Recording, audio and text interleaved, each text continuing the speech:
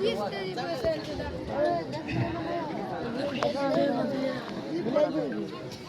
علیکم ورحمۃ اللہ وبرکاتہ۔ وعلیکم السلام ورحمۃ اللہ۔ الحمد للہ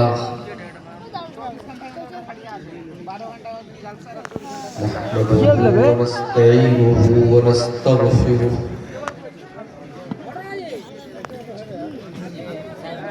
ونعوذ بالله من شرور أنفسنا ومن سيئات أعمالنا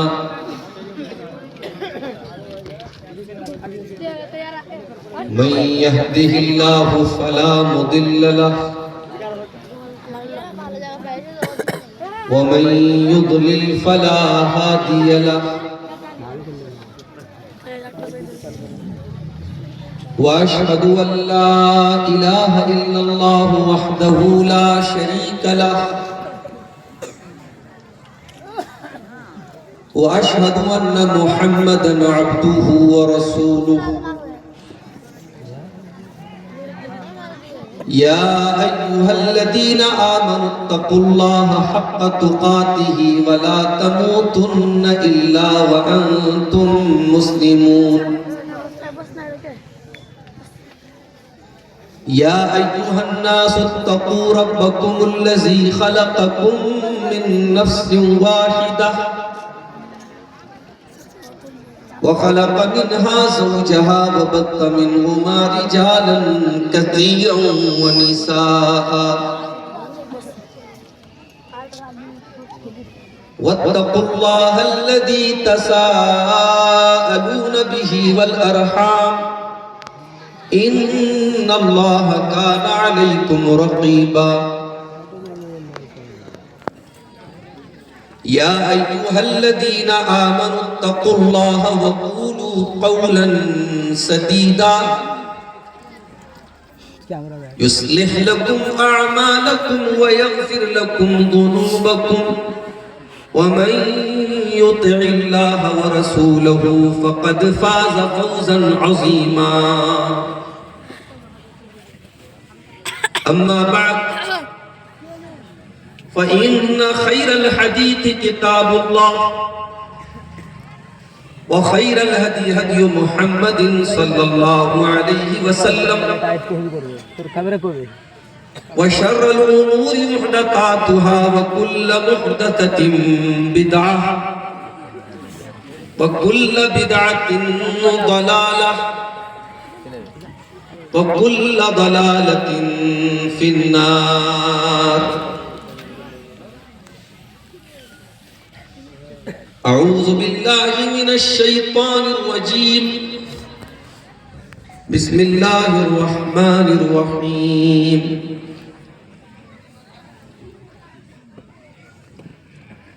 الذين يأكلون الربا لا يقومون إلا كما يقوم الذي يتخبطه الشيطان من المس ذلك بأنهم قالوا إنما البيع مثل الربا وأحل الله البيع وحرم الربا فمن جاءه موعظة من ربه فانتهى فله ما سلف وأمره إلى الله ومن عاد فأولئك أصحاب النار هم فيها خالدون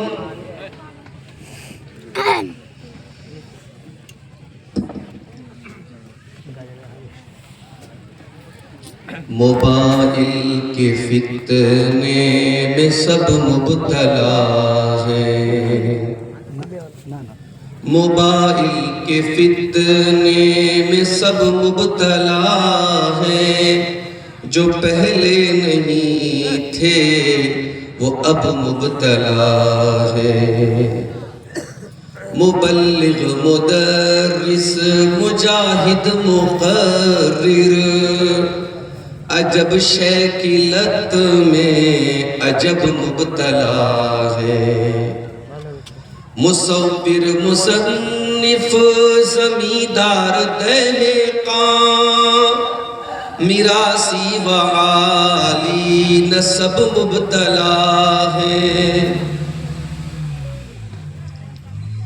کتابوں کے شوقین بھی زد میں آئے، جو سمجھاؤ کہتے ہیں کب مبتلا ہے۔ کئی بیویاں ہم سفر ڈھونڈتی ہیں، کئی بیویاں بے سبب مبتلا ہے۔ میسنجر سے نکلے تو واٹس ایپ میں ڈوبے، یوں ہی خواہ روز و شب مبتلا ہے۔ مسلسل موبائل اٹھائے ہوئے ہیں، عجم مبتلا ہے، عرب مبتلا ہے۔ گنواروں پہ تنقید کرتے ہو ہدہد، گنواروں پہ تنقید کرتے ہو ہدہد، کہ افسوس اہل ادب مبتلا ہے۔ موبائل کے فتنے میں سب مبتلا ہے، جو پہلے نہیں تھے وہ اب مبتلا ہے۔ صدر محترم، علماء کرام، محترم بزرگوں، نوجوان ساتھیوں، ماں اور بہنوں، پیارے بچوں، آپ کے اس علاقے کے ایک ایسے ادارے کے پروگرام میں آج شرکت کرنے کا موقع مل رہا ہے،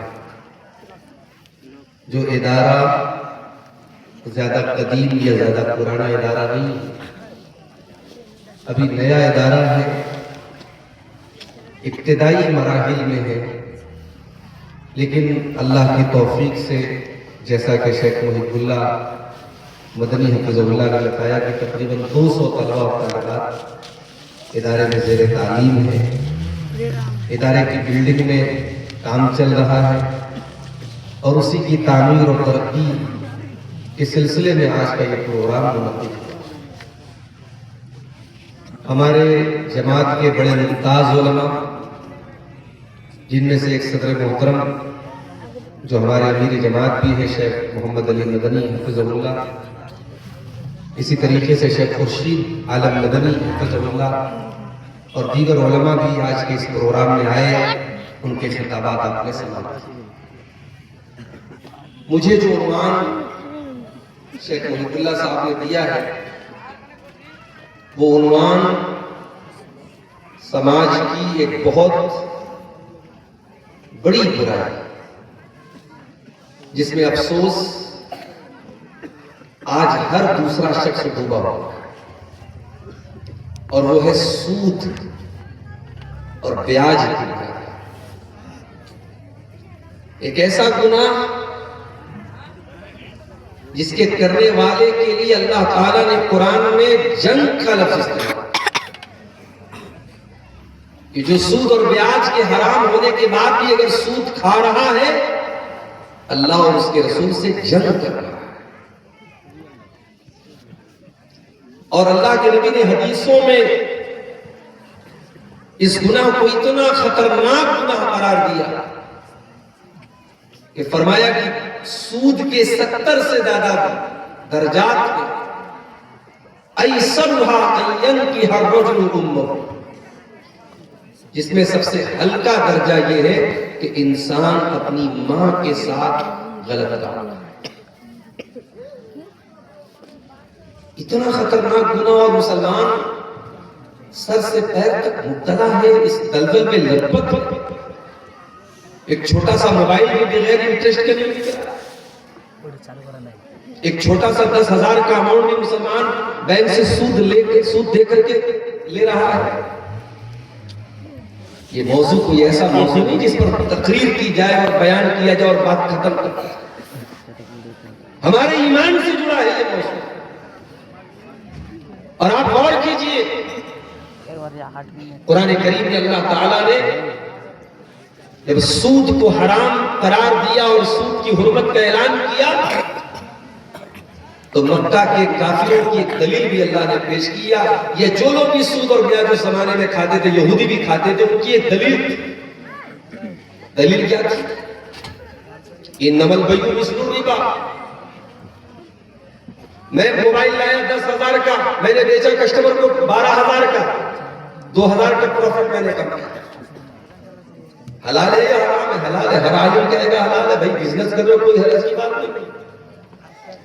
10,000 کا میں نے موبائل خرید کر کے 12,000 کا بیچ کر کے 2,000 منافع کمایا. وہ پروفٹ ہے، وہ منافع ہے، وہ بزنس ہے، وہ حلال ہے. اور 10,000 روپیہ میں نے کسی کو دیا اور 2 مہینے کے بعد یا 6 مہینے کے بعد میں نے اس سے 12,000 لے لیا، تو یہ 2,000 حرام ہے. یہودیوں نے کہا بھائی یہ تو بات سمجھ نہیں آتی. پروفٹ تو دونوں میں کمایا جا رہا ہے، منافع تو دونوں میں لیا جا رہا ہے. ایک حلال ایک حرام، ایسا کیوں؟ اللہ نے جواب دیا یمحق اللہ الربا. اللہ نے جواب دیا ذالک بانہم قالوا انما البیع مثل الربا واحل اللہ البیع وحرم الربا. اللہ نے کہا یہودیوں تمہارے دماغ سے شریعت نہیں چلے گی، تمہاری لاجک سے دین نہیں چلے گا. اللہ نے جس کو حلال کر دیا وہ قیامت تک حلال ہے، جس کو حرام کر دیا وہ قیامت تک حرام ہے. تمہیں پیسہ کمانا ہے، منافع کمانا ہے، پروفٹ لینا ہے، تم خوب بزنس کرو. بزنس میں پروفٹ کی کوئی لمٹ بھی شریعت نے مقرر نہیں کی ہے. آپ حالات کے حساب سے، موقع کے لحاظ سے آپ جو منافع کما سکتے ہو کماؤ. بزنس میں کوئی پابندی نہیں ہے. اے یہودیوں، اے سود کو حلال قرار دینے والوں، تم دلیل یہ دیتے ہو کہ منافع تو دونوں میں ہو رہا ہے، تم پوچھتے ہو کہ فرق کیا ہے. آؤ میں تم کو فرق بتاتا ہوں. احل اللہ البیع وحرم الربا. ایک جواب تو اللہ نے یہ دے دیا کہ بزنس حلال ہے اور سود حرام ہے، اور حلال اور حرام دونوں ایک نہیں ہو سکتے، پاک اور ناپاک دونوں ایک نہیں ہو سکتے.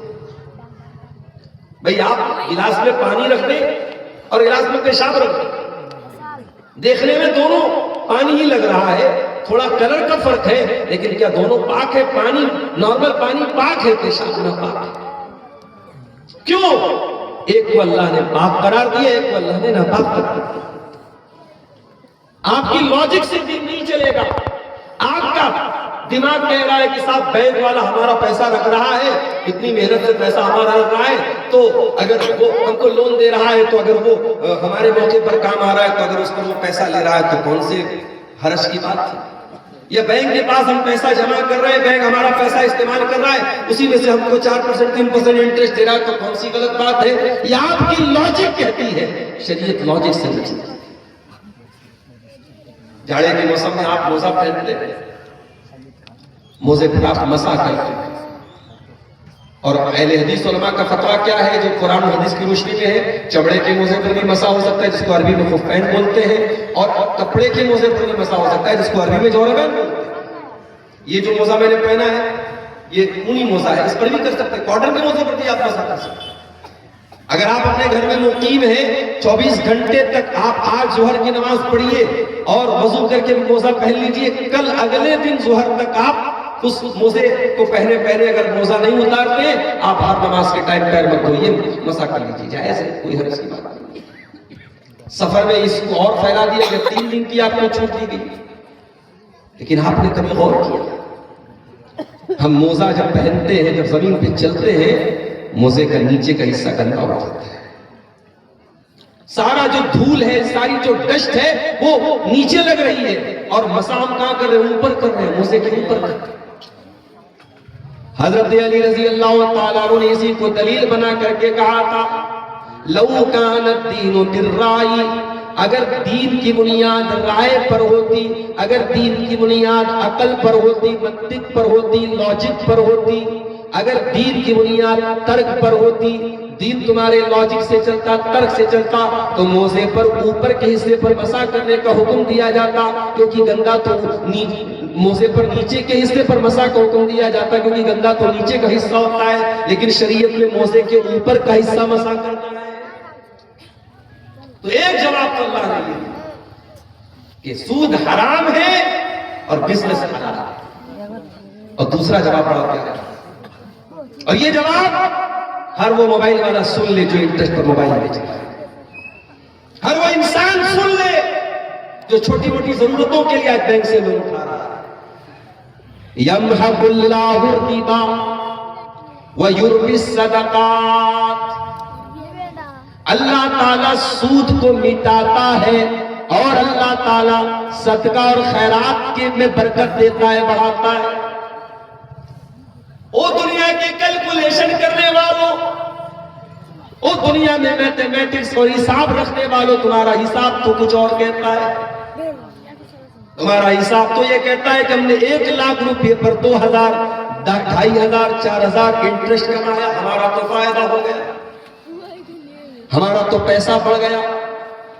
ہم نے بینک میں 1,00,000 روپیہ رکھا، 2024 میں 2025 آیا، وہ 1,06,000 بن گیا، 2,26,000 آئے گا، وہ 1,12,000 بن جائے گا. 6% بیاج ہر سال ہم کو بینک دے رہا ہے. تمہارا کیلکولیٹر تو تمہارے پیسے کو بڑھا کے دکھا رہا ہے.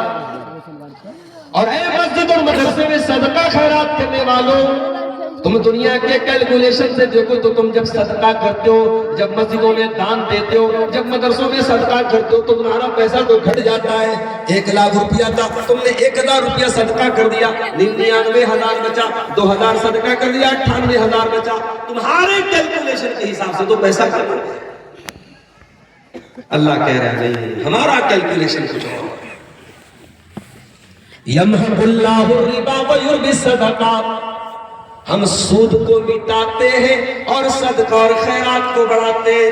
تم نے جو بیاج کے ذریعے 1,00,000 پہ 6,000 کا منافع کمایا ہے، وہ لوگوں وہ 6,000 کہاں سے برباد ہو جائے گا، کس طریقے سے ضائع ہو جائے گا، تمہیں احساس نہیں ہوگا. وہ 6,000 تو بیاج کا جائے گا ہی جائے گا، وہ تمہارے کیپٹل کو بھی جلا دے گا، تمہاری پونجی کو بھی جلا دے گا، تمہارے گھر کے سکون کو بھی جلا دے گا، تمہارے بچوں کی صحت کو جلا دے گا، تمہارے گھر کی برکت کو جلا دے گا. یمحق اللہ الربا، اللہ سود کو مٹاتا ہے، اور اللہ جو بات کہہ دے وہ یونیورسل ٹروتھ ہوتا ہے. اللہ کی بات کو کسی دلیل کی ضرورت نہیں، اللہ کی بات روز روشن کی طرح، آفتاب کی طرح روشن ہوتی ہے. اللہ نے کہہ دیا تو کہہ دیا، اللہ کی بات 100% سچ ہوتی ہے. اللہ نے کہہ دیا ہم سود کو مٹاتے ہیں، تو سود کھانے والا کان کھول کے سن لے، اس کے گھر میں برکت کبھی نہیں ہے. برکت تو نہیں ہے. اور صدقہ اور خیرات کے ذریعے جو آپ کو لگ رہا ہے کہ پیسہ جا رہا ہے، جائے گا نہیں، اور برکت ہوگی اور عزت ہوگی. ارے ہم لوگ تو مولانا صاحب سے دعا کراتے ہیں. آپ کے سیمانچل میں میں دیکھتا ہوں چندہ کرنے والے مولوی الگ ہوتے ہیں، وہ بیچارے لمبی لمبی دعائیں دیتے ہیں. آپ عالم سے دعا کرا کے خوش ہو جاتے ہیں، صدقہ خیرات کرنے والے کے لیے فرشتہ دعا کرتا ہے. اللہ کے نبی نے فرمایا 2 فرشتے ہوتے ہیں، ایک دعا کرتا ہے اللہم آت منفقا خلفا، اے اللہ تو خرچ کرنے والے کو اور دے، اور ایک فرشتہ دعا کرتا ہے اللہم آت ممسکا خلفا، اے اللہ جو کنجوس ہے، جو بخیل ہے، جو تیری راہ میں نہیں دیتا ہے، اسے تو برباد کر. فرشتے کی دعا اور فرشتے کی بددعا جس کو لگ جائے اس کا کیا کہنا ہے. تو یہ بات اصول اللہ نے بیان کیا کہ ہم سود کو مٹاتے ہیں اور ہم صدقہ اور خیرات کو برکت دیتے ہیں. سود کھانے والا پاگل ہو جاتا ہے، اور نبی نے فرمایا کہ ایک دور آئے گا مال کی محبت میں لوگ پاگل ہو جائیں گے. چنتا ہوگی تو اس بات کی ہوگی پیسہ کیسے آئے، اس بات کی چنتا نہیں ہوگی کہ پیسہ حلال طریقے سے آیا ہے کہ حرام طریقے سے. اسی لیے آپ دیکھ لیجئے کتنا سائبر کرائم آج ہو رہا ہے، کتنے سائبر فراڈ آج ہو رہے ہیں. موبائل پر میسج آیا، آپ نے کھولا بینک کا سارا پیسہ غائب. واٹس ایپ پر میسج آیا، آپ نے کھولا سارا پیسہ غائب. فرضی کمپنی کا فون کر کے کسی نے فون کیا، ابھی ہمارے ایک جاننے والے کے پاس فون آیا، ہمارے ایک رشتہ دار ان کے پاس فون آیا، اور فون کرنے والا باقاعدہ اپنے آپ کو بہت بڑا پولیس کا آفیسر بول رہا ہے. یہ صاحب میں ممبئی سے بول رہا ہوں، پولیس ہیڈ کوارٹر سے بول رہا ہوں، آپ کا فلاں فلاں نام ہے، آپ کے کھاتے میں 2 کروڑ روپیہ آیا ہے جو آتنکوادی گتیویدھیوں میں استعمال ہو رہا ہے، اور آپ نام آپ کا اس کھاتے میں ہے، آپ کے نام سے وہ کھاتا کھولا گیا ہے، آپ پکڑے گئے. اب بیچارے کو سیدھے ساتھ ڈر گئے. اس کے بعد ویڈیو کال آیا, سامنے جو آدمی بیٹھا ہے پیچھے مہاراشٹر پولیس کا بورڈ بھی لگا ہے, پولیس کی وردی میں بھی ہے, وہ تو ڈر گئے, تھر تھر کانپنے لگے. اس نے کہا کہ صاحب آپ یہ بات جو میں بتا رہا ہوں کسی کو آپ کو بتانا, اپنی بیوی کو بھی نہیں بتانا, بچوں کو نہیں بتانا, کمرہ بند کر لیجئے اور کاغذ پہ لکھ کے بتائیے کہ میں یہ بات کسی کو نہیں بتاؤں گا. وہ جو کرتا گیا وہ لکھتے چلے گئے. مقصد کیا تھا, پلان کیا تھا, پورا ان کے اکاؤنٹ سے پیسہ کھانا. حرام خوری کے یہ نئے نئے راستے بن رہے ہیں. یہ سائبر کرائم, یہ سائبر فراڈ, یہ ATM سے پیسہ چوری کون کر رہا ہے؟ ہمارے اور آپ کے جیسے بہت سارے مسلمان کر رہے ہیں. جھارکھنڈ کے بعض علاقوں میں گیا, کچھ لوگوں نے بتایا مولوی صاحب یہاں بہت سارے نوجوانوں کا یہی کام ہے, وہ سائبر فراڈ کرتے ہیں, خوب پیسہ کماتے ہیں, خوب دولت اڑاتے ہیں, مسجد میں بھی خوب چندہ دیتے ہیں, مدرسے میں بھی خوب چندہ دیتے ہیں. ایسے حرام خوروں کا چندہ اللہ کیا کرے؟ دوسروں کا مال چوری کر کے, دوسروں سے چیٹنگ کر کے, دوسروں سے فراڈ کر کے تم مسجدیں بنوا بھی لو, مدرسے بنوا بھی لو, اللہ کے ذرہ برابر قبول ہونے والا نہیں ہے میرے ساتھ. ان اللہ طیب لا یقبل الا طیبا, اللہ تعالیٰ پاک ہے اور اللہ پاک ہی چیز کو قبول کرتا ہے, ناپاک کو قبول نہیں کرتا. اللہ نے قرآن میں نبیوں کو بھی یہی حکم دیا, یا ایھا الرسول کلوا من الطیبات واعملوا صالحا, اے میرے رسولوں نیک عمل کرو اور پاک چیزیں کھاؤ. اللہ نے ایمان والوں کو بھی یہی حکم دیا, یا ایھا الذین آمنوا کلوا مما فی الارض حلالا طیبا, اے ایمان والو زمین کے اندر پاک اور حلال چیزوں کو کھاؤ. اور پھر اللہ کے پیارے نبی نے ایک بڑی پیاری مثال دیتے ہوئے فرمایا, رجل یطیل السفر اشعث اکبر یمد یدیہ یقول یا ربی یا ربی. ایک آدمی ہے جو لمبا سفر کر کے آتا ہے. بھائی مسافر کی دعا تو ایسے بھی قبول ہوتی ہے. آپ بیرپور کے رہنے والے, سپول کے رہنے والے, آپ ارریہ چلے جائیں 30-40 کلومیٹر, آپ تو مسافر ہو جائے گے. 50 کلومیٹر کی ریل میں چلے جائیں مسافر ہو جائے گا. لیکن ایک آدمی لمبا سفر کر کے آتا ہے اور اتنا لمبا سفر کر کے بال میلے ہو گئے, کپڑے میلے ہو گئے, اور ہاتھ اٹھا کے دعا کر رہا ہے, یا ربی کہہ کے دعا کر. دعا کی قبولیت کے سارے اسباب اکٹھا ہو گئے اس کے اندر. لیکن اللہ کے نبی فرماتے ہیں, وَمَطْعَمُهُ حَرَامٌ وَمَشْرَبُهُ حَرَامٌ وَمَلْبَسُهُ حَرَامٌ وَغُذِّيَ بِالْحَرَامِ. وہ انسان جس کے اندر دعا کی قبولیت کے اتنے زیادہ اسباب اکٹھا ہو چکے ہیں, لمبا سفر کر کے آیا ہے, بال بھی بکھر چکے ہیں, کپڑے بھی میلے کچیلے ہیں, ہاتھ اٹھا کے بھی دعا کر رہا ہے, یا ربی کہہ کے دعا کر رہا ہے. لیکن اے میرے صحابہ, جب اس کا کھانا حرام کمائی کا, جب اس کا پانی حرام کمائی کا, جب اس کا کپڑا حرام کمائی کا, جب اس کی پرورش حرام کمائی کی, فَأَنَّا يُسْتَجَابُ لِذَلِكَ, تو ایسے حرام خور کی دعا اللہ تعالیٰ کیسے قبول کرے گا؟ حرام خور کی دعا اللہ قبول نہیں کرے. یہ نمازیں منہ پر مار دی جائیں گی, یہ صدقہ خیرات منہ پر مار دیے جائیں گے, یہ حج اور عمرے منہ پر مار دیے جائیں گے. اپنی کمائیوں کی فکر کرو میرے پیارے سے. اسی لیے حضرت سعد بن وقاص سے کسی نے پوچھا, اے سعد آپ ایسا کون سا عمل کرتے کہ آپ کی دعائیں جلدی قبول ہو جاتی ہیں؟ لوگ حضرت سعد کو مستجاب الدعوات کہتے تھے. سعد کو یہ دعا کرتے تھے اللہ تعالیٰ ضرور قبول کرتا تھا. لوگوں نے پوچھا, اے سعد ایسا کون سا عمل آپ کرتے کہ آپ کی دعائیں قبول ہو جاتی ہیں؟ حضرت سعد نے فرمایا, اطیب مطعمک تجب دعوتک, اے میرے بھائی تو اپنی کمائی کو حلال کر لے, تو اپنے کھانا کو حلال کر لے, تیری دعا بھی اللہ تعالیٰ قبول کرے گا. کمائی کو حلال کرو تو آپ کو. لیکن قیامت کے پہلے وہ دور آئے گا, اللہ کے نبی نے فرمایا لوگ پرواہ کرنا بھول جائیں. یاتی علی الناس زمان لا یبالی المرء من این اخذ المال, لوگوں پر ایک زمانہ وہ بھی آنے والا ہے, لوگ اس بات کی پرواہ نہیں کریں گے مال حلال طریقے سے کما رہا ہے یا حرام طریقے سے کما رہا ہے. وہ پیسہ کمانے والے, وہ پیسہ کمانے کی دوڑ میں اندھے ہو جانے والے, قیامت کے دن تو اپنی جگہ سے ہل نہ پائے گا جب تک تجھے اپنی آمدنی کا حساب نہ دینا پڑ جائے. اللہ کے پیارے نبی فرماتے لا تزول قدم ابن آدم من عند ربہ یوم القیامہ. قیامت کے دن انسان اپنی جگہ سے ہل نہیں پائے گا جب تک 5 سوالوں کا جواب نہ دے دے. وہ 5 سوالوں کا جواب مجھ کو بھی دینا ہے, ہمارے علماء کو بھی دینا ہے, ہماری عوام کو بھی دینا ہے, پڑھے لکھوں کو بھی دینا ہے, جاہل کو بھی دینا ہے, سارے لوگوں کو دینا ہے. 5 سوالوں کا جواب دیے بغیر کوئی ہل نہ پائے گا. نمبر 1 ان عمرہ فیما افنا, تو نے زندگی کہاں گزاری, تو نے عمر کہاں گزاری. ابھی گوا کا ایک ویڈیو بڑا وائرل, کلب میں ناچ ہو رہا تھا, کلب میں ناچ ہو رہا ہے, لڑکی ڈانس کر رہی ہے, لوگ ناچ رہے ہیں, شراب پی رہے ہیں. اچانک گیس کا سلنڈر پھٹا اور آگ لگ گئی اور 12-13 لوگ وہیں پہ زندہ جل گئے. یہ ہے میری زندگی کی. اے ناچ گانے میں مست انسان, اے دنیا کی غفلتوں میں مست انسان, کب کون سا حادثہ تیری زندگی میں موت بن کے آئے تو نہیں جانتا. ابھی بنارس میں ہمارے علاقے میں آج کل نوجوانوں بڑا شوق چڑھا ہے, بڑے بڑے شہروں میں خاص طور سے رات کو بائک اٹھائی چلے گئے ہائی وے پہ چائے پینے. چائے پینے کے لیے گاؤں میں بھی دکان موجود, مگر ان کو رات کو 2 بجے چائے پینے.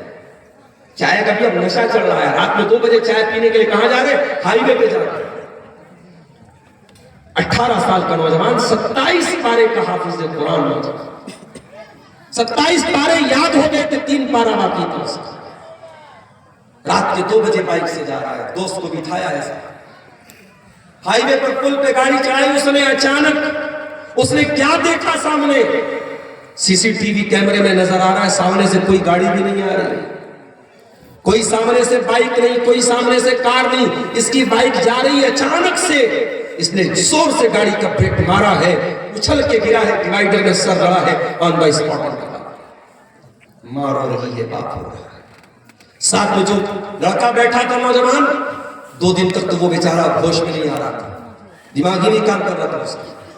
2 دن کے بعد جب اس تھوڑا ہوش میں آیا, اس نے کہا کہ مجھے اتنا یاد ہے کہ جب وہ حادثہ ہوا تھا میرے دوست نے یہ کہا تھا, سامنے میں نے 3 کالے کتوں کو دیکھا. ہو سکتا ہے اللہ عالم کالے کتے کی شکل میں بھی شیطان آتا ہے. اس نے 3 کالے کتوں کو دیکھا اور اس کے بعد اس نے زور سے بریک ماری اور یہ حادثہ. آپ نہیں جانتے کون سا حادثہ آپ کی زندگی میں زندگی کے تار کو توڑ دینے کی خبر لے کے آ جائے گا. ہم لوگ تو سفر میں نکلتے اللہ کا شکر دعائیں پڑھ کے بیٹھتے ہیں, سیٹ بیلٹ میں آگے بیٹھتا ہوں, ڈرائیور کے بغل میں بیٹھتا ہوں, معلوم ہے کوہرے کا ٹائم ہے, گاڑی 100-120 کی سپیڈ میں چل رہی ہے, ادھر سے جلسے والوں کا فون آتا رہتا ہے, شیخ محب اللہ صاحب فون کر رہے ہیں. اب جہاں بھی پروگرام رہتا ہے لوگ فون کرتے رہتے, شیخ کب آئیں گے, مانوس بھاگ رہا ہے, لوگ بھاگ رہا ہے. بھائی بھاگنے دو, ہم اڑا کے تو نہیں آئے. کلاس کر کے میں نکلتا ہوں, پٹنہ پہنچتا ہوں, پٹنہ سے گاڑی سے آتا ہوں, ڈرائیور میرا نان اسٹاپ گاڑی چلا گیا. اس کے بعد بھی آپ کے علاقے میں یہ ہوتا ہے, شیخ آپ آ جائیے, جلدی سے آ جائے. کیسے اڑا کے آ جائے بھائی, حادثے انتظار نہیں کرتے میرے ساتھ. عمر کہاں گزاری آپ نے حساب دے دیتے.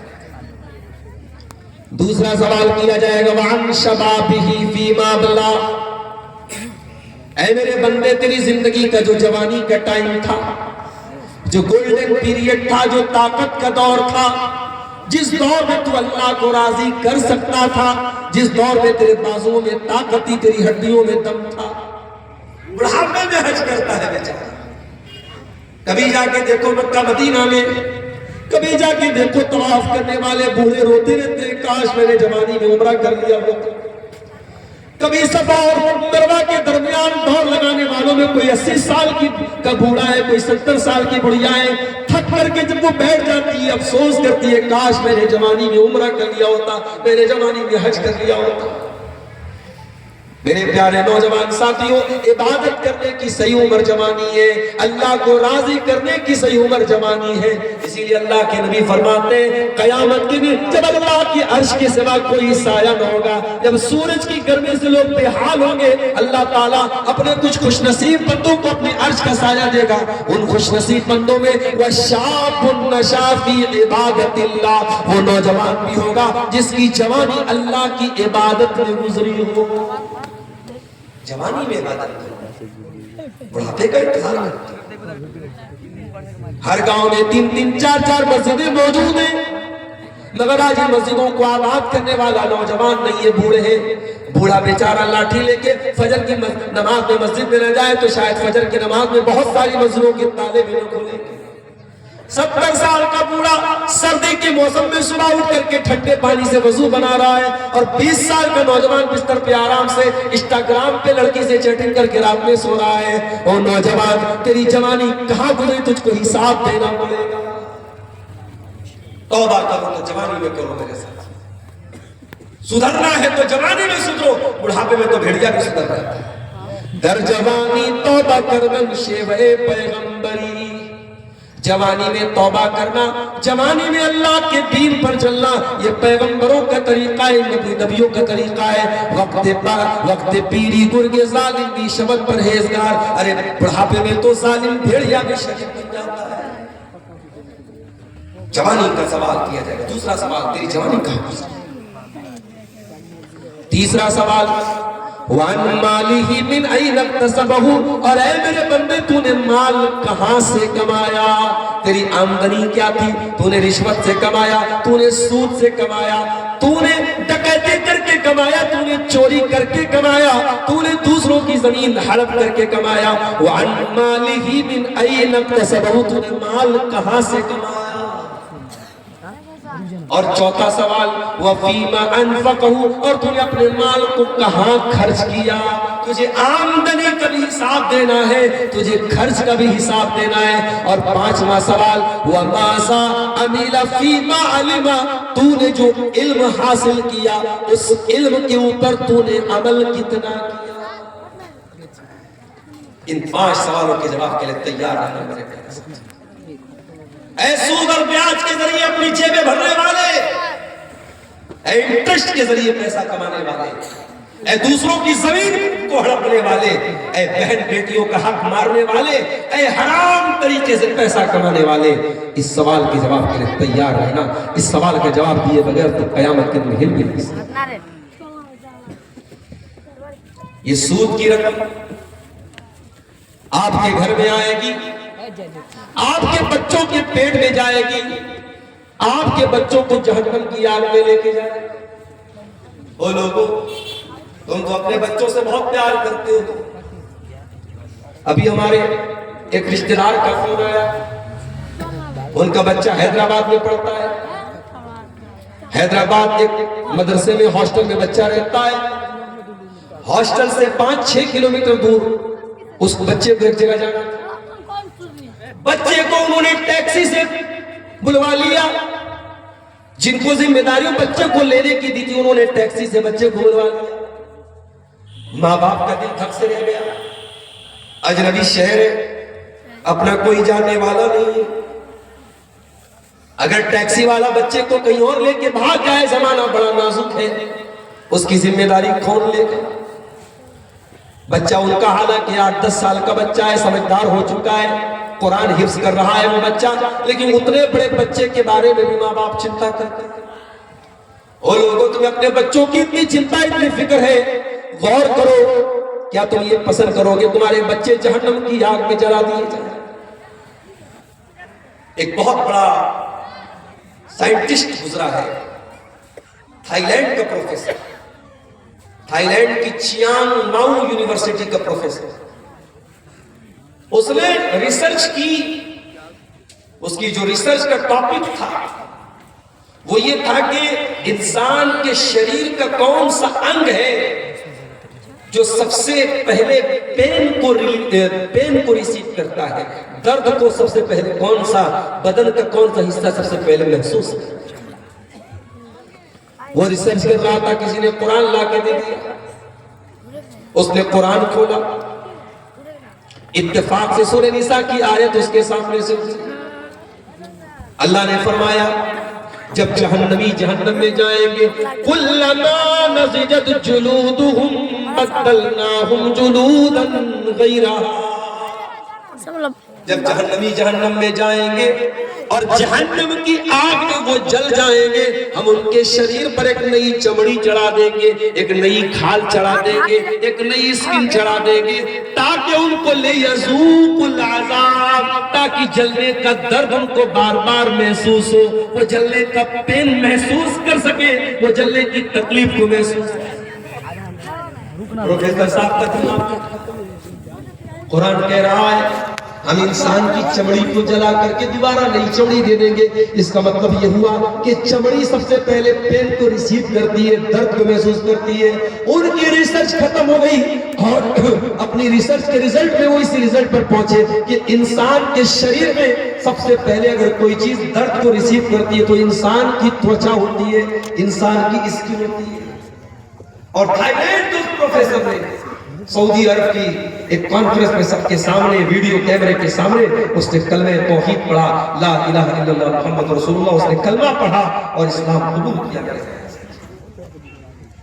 آپ غور کیجئے, جہنم کی آگ میں آپ کے بچے جلے, آپ کبھی کبھار ارے ہم تو یہ چاہتے ہیں کہ ہم تکلیف جھیل لیں, ہمارا بچہ بچے. کبھی کبھی میں گاڑی میں جا رہا ہوں, میری چھوٹی بچی میرے ساتھ ضد کر کے ابو میں بھی آپ کے ساتھ چلوں گی, میرے ساتھ وہ چلی جاتی. کل بھی ایک پروگرام تو یوپی میں ساتھ میں لے کے گیا تھا. اب رات میں ڈرائیور صاحب کوہرے کا ٹائم تھا, انہوں نے گاڑی کی کھڑکی کو تھوڑا کھول کے رکھا تھا, اندر ہوا آ رہی تھی, ٹھنڈی ہوا آ رہی تھی. میں اپنی جیکٹ اتار کے میرے بچی کو اٹھا, اپنی ٹوپی اتار کے میرے بچی کو لگا دی. مجھے ٹھنڈک میں تھوڑی دیر کے لیے برداشت کروں گا, اپنے بچی کو میں برداشت کرنے میں. ہماری سوچ تو ہم تو اپنے بچوں سے اتنا پیار کرتے ہیں, اپنی اولاد سے اتنی محبت کرتے ہیں. جس اولاد سے آپ اتنا پیار کرتے ہو, اتنی محبت کرتے ہو, اس اولاد کے کو جہنم کی آگ میں جلایا جائے کہ آپ یہ پسند کریں گے؟ اللہ کے نبی فرماتے ہیں ما نبت لحم من صوت فالنار اولا به, جو جسم حرام کمائی سے پرورش ہوگا, جس جسم کے اندر حرام کمائی پلے گی بڑھے گی, جس جسم کے اندر حرام کمائی کا خون دوڑے گا, فالنار اولا به, وہ جسم جہنم کی آگ میں ڈالا جائے گا. او سود اور بیاج کا لین دین کرنے والوں, اپنے بچوں کو جہنم کی آگ میں نہ ڈھکیلو, اپنے بچوں کو جہنم کی آگ میں جلنے کا ایندھن نہ بنانا.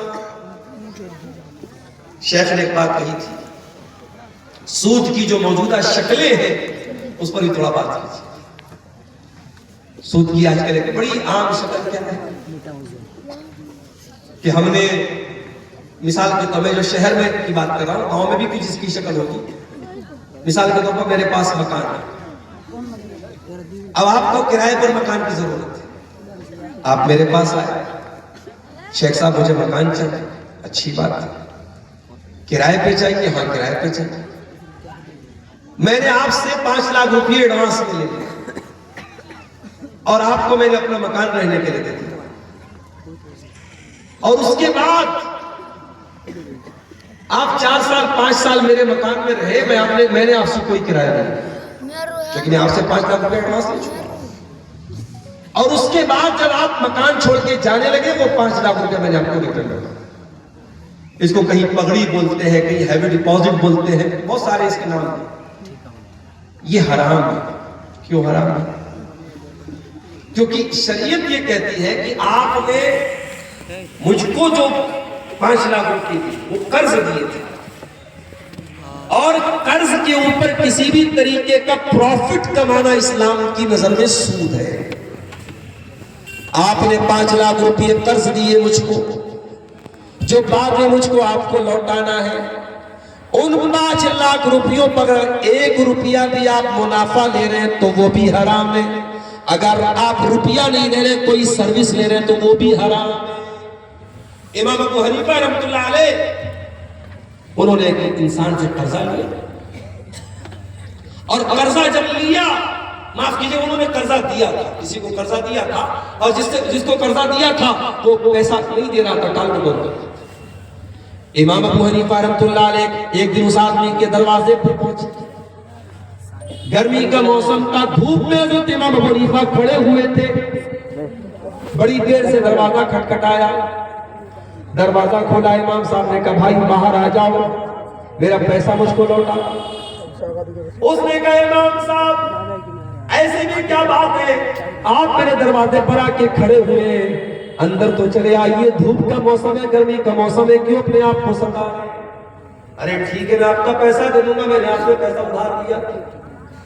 امام صاحب نے کہا معاف کرنا میرے بھائی، میں تمہارے گھر کے اندر نہیں آ سکتا۔ اس نے کہا امام صاحب پیسے کا لین دین اپنی جگہ ہے، آپ میرے بہت محترم ہیں، میں آپ کی بہت عزت کرتا ہوں، بہت سمان کرتا ہوں، آپ میرے دروازے پر آئے، آپ اندر تو چلے آئیے، میں پیسہ آپ کا دے دوں گا۔ امام صاحب نے کہا نہیں، جب تک میں تم سے اپنا پیسہ ادھار والا نہیں واپس لے لیتا، میں تمہارے دروازے کی چوکھٹ کے اندر نہیں جاؤں۔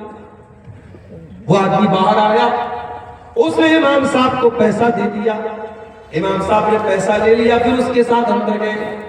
اس نے کہا امام صاحب آپ کیوں بار بار اس بات پہ زور دے رہے تھے، آپ اندر کیوں نہیں آئے؟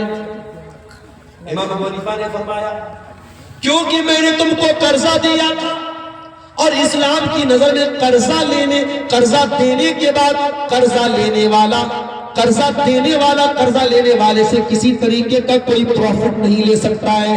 مجھے مناسب نہیں لگا کہ دھوپ کا موسم ہے، گرمی کا موسم ہے، اتنی دیر اگر میں تمہارے گھر کی چھایا میں بیٹھ گیا، میں نے تمہارے گھر کی ہوا کھا لی، تو وہ بھی کہیں سود میں نہ آ جائے، وہ بھی کہیں اس قرضے کے پروفٹ میں نہ آ جائے، اس لیے جب وہ قرضے کا حساب کتاب ختم ہو گیا تب میں تمہارے گھر کے اندر آیا۔ یہ احتیاط تھی ہمارے اسلاف، اور ہمیں غم ہے کہ صاحب سود اور بیاج سوال آئے ہمارے، کتنی شکلیں ہیں سود، جو گروی سامان ہم رکھتے ہیں، گروی سامان کا بھی سن لیجئے مسئلہ۔ مجھے آپ سے 10,000 روپے پیسہ چاہیے، ادھار چاہیے، میں آپ کے پاس آیا، آپ نے کہا بھائی میں ایسے پیسہ آپ کو ادھار نہیں دوں گا، آپ کو گارنٹی میں کوئی چیز دینا ہوگا۔ میں نے موبائل دے دیا، موبائل میں نے آپ کو گارنٹی کے طور پہ، ضمانت کے طور پہ دیا تھا، یہ موبائل آپ کو میں نے گروی کے طور پہ رکھا تھا آپ کے پاس، اور آپ سے میں نے 10,000 روپے ادھار دے دیے۔ اب شریعت کا مسئلہ سن لو، اس موبائل کو میں نے آپ کو دیا تو ہے، مگر آپ اس موبائل کو استعمال نہیں کر سکتے۔ اب آپ کو لگ رہا ہوگا مولوی صاحب یہ کون سی بات ہوگی، ارے موبائل ہے تو استعمال ہوگا، نہیں، اگر آپ موبائل استعمال کریں گے تو یہ بھی سود اور بیاج کی شکل میں آئے گا، گویا کہ آپ نے جو 10,000 روپیہ مجھ کو دیا ہے اس پر پروفٹ آپ کیا کما رہے ہیں، آپ میرا موبائل چلائیں۔ میں نے ساؤتھ انڈیا میں دیکھا لوگ پرانی گاڑی ہے، پرانا سامان ہے، اسی طریقے سے دوسروں کو دے دیتے ہیں، ان سے پیسہ لے لیتے ہیں، اور جس کو دے دیتے ہیں وہ اس کو استعمال بھی کرتا ہے۔ حرام ہے یہ، اس کو کہیں سود کہتے ہیں، کہیں بڈی کہتے ہیں، کہیں بیاج کہتے ہیں، جو بھی نام آپ اس کا رکھتے ہیں، یہ حرام ہے میرے پیارے۔ اور اللہ کے نبی نے سود کے بارے میں بڑے سخت الفاظ استعمال کیے، فرمایا لعن اللہ آکل الربا وموکلہ وکاتبہ وشاہدی، سود کھانے والے پر اللہ کی لعنت، سود کھلانے والے پر اللہ کی لعنت، سود کی گواہی دینے والے پر اللہ کی لعنت، سود لکھنے والے پر بھی اللہ کی لعنت، اور آپ نے آگے یہ بھی فرمایا وہم سواء، سب برابر ہیں۔ اسی لیے جس بینک میں سودی کاروبار، اور آج کل تو ہمارے ہاں سارے بینکوں میں سودی کاروبار ہوتا ہے، لہٰذا علماء کا فتویٰ موجود ہے کہ جس بینک میں سودی ٹرانزیکشن ہو رہا ہو اس بینک میں کوئی جاب نہیں کرنی چاہیے، کیونکہ بینک کا پورا کام سود اور بیاج ہے۔ اب آپ یہ کہیں گے صاحب یہ تو ہماری ترقی کے راستے میں رکاوٹ ہے، ہم کیسے ترقی کریں گے، ہم کیسے آگے بڑھیں گے، ہم تو پیچھے رہ رہے ہیں۔